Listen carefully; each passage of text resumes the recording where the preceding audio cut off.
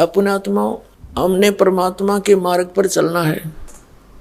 सफर करने से पहले हमने ये तय करना होता है कि कौन सा रास्ता है और किसने बताया है। वो ये जो मार्ग पर हम चलने जा रहे हैं वो किससे सुना है।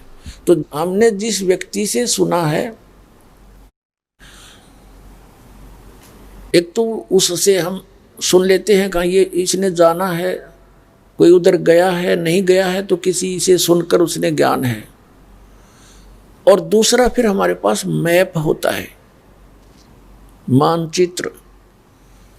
जब हमारे दोनों मेल कर जाते हैं तो हमने वो सफ़र शुरू कर देना चाहिए।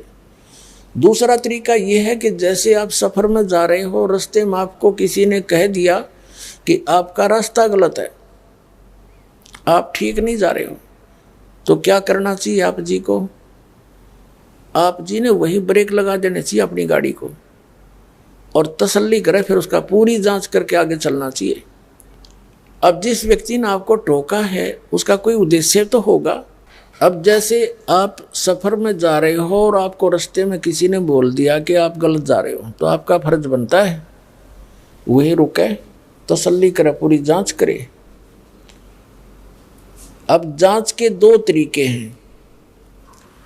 एक तो आप जिससे सुनकर उसकी बात पर विश्वास करके सफ़र करने चले हो, आपको विश्वास था किसी ने सही बताया है, तो रास्ते में किसी ने आपको टोका है, तो वो क्यों टोका है, तो आप जी ने फिर जांच करनी चाहिए। एक दूसरे से और पूछे, उससे पता करके फिर आगे सफ़र करें। और फिर आपको डाउट होता है, वो व्यक्ति फिर भी कहता है कि ये भी गलत बता रहे हैं आपको, तो उसका क्या तरीका है? फिर मैप देखे। ऐसी स्थिति में आप आ जाते हो कहीं पर, तो आपको वो व्यक्ति जो मना कर रहा है कि आप गलत जा रहे हो, तो उससे पूछा भी आप बताओ आपके पास क्या प्रमाण है मैं गलत जा रहा हूँ, तो वो फिर मैप दिखाता है। तो आपने विश्वास करना पड़ेगा, सचमुच वो बताएगा कि आप यहाँ खड़े हो, आपका रास्ता इधर है, आप जा रहे हो इधर। तो उस मैप को देख करके आपको विश्वास होगा, क्योंकि वो मैप ISI मार्ग का होना चाहिए।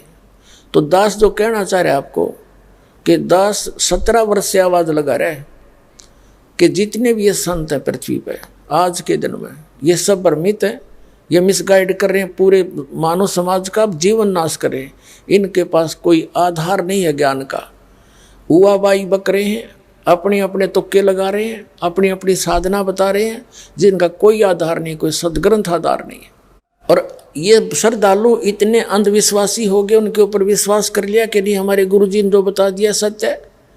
और जो दास कह रहा है कि तुम गलत जा रहे हो, विचार तो करना चाहिए या मेरे से पूछना चाहिए आप कैसे गलत कह रहे हो, हमें प्रमाण तो दो। और मैं एक पॉइंट पर 6 प्रमाण देता दास, ये ISI मार्ग के मैप दिखाता हूँ जो आपको भी मान्य है कि ये सचमुच ये सही है।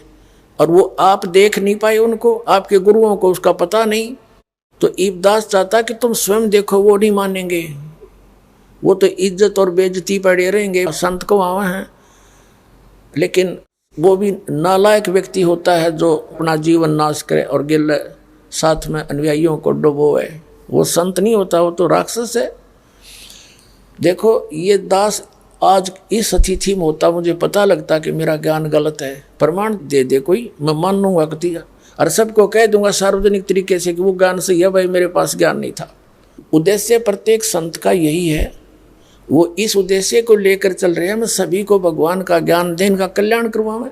और कल्याण का उनके पास साधन है नहीं, तो खाक कल्याण कराएंगे, तो अपना विनाश कर रहे हैं। तो उनको तुरंत सोचना चाहिए। और दास सबसे पहला व्यक्ति होता है ये कहने वाला कि सचमुच भाई कति 100 के 100 गलत हम, और तुम भी वहाँ चलो और मैं भी जा रहा हूँ। तो मेरा भार उतर जाता आपको स्पष्ट कह देने से, और अपना भी जीवन रक्षा होती है और तुम्हारी भी समझ मार जाती है। जब दास से कह देगा कि नहीं ठीक नहीं हमारा मार्ग, इसमें केसर में जो सामने प्रमाण है। तो अब इन संतां के गड़े मड़गी, इनके अब ये वो सर्प के मुंह में चकचूंदर आ रही है, लेकिन इसको छोड़ देने में अच्छा होगा। खाने से तो कोड लगे, सर्प चकचूंदर ने खा ले, चमगादड़ ने, तो उसका कोड लग जाता है, और छोड़ता नो एक तेरी बेइज्जती हो जाएगी। तो अब इनके मुंह में चकचुंदर आ गई, वह चमगादड़ आ गया। लेकिन इसको छोड़ना इनका हित होगा, ना तो इनकी दुर्गति होगी और पाप के भागी बनेंगे। इतनी अनमोल जीवन को नाश करके परमात्मा की दोषी हो जाएंगे ये। इनको उल्टा लटका होगा भगवान, वहाँ नरक के अंदर देख लेना।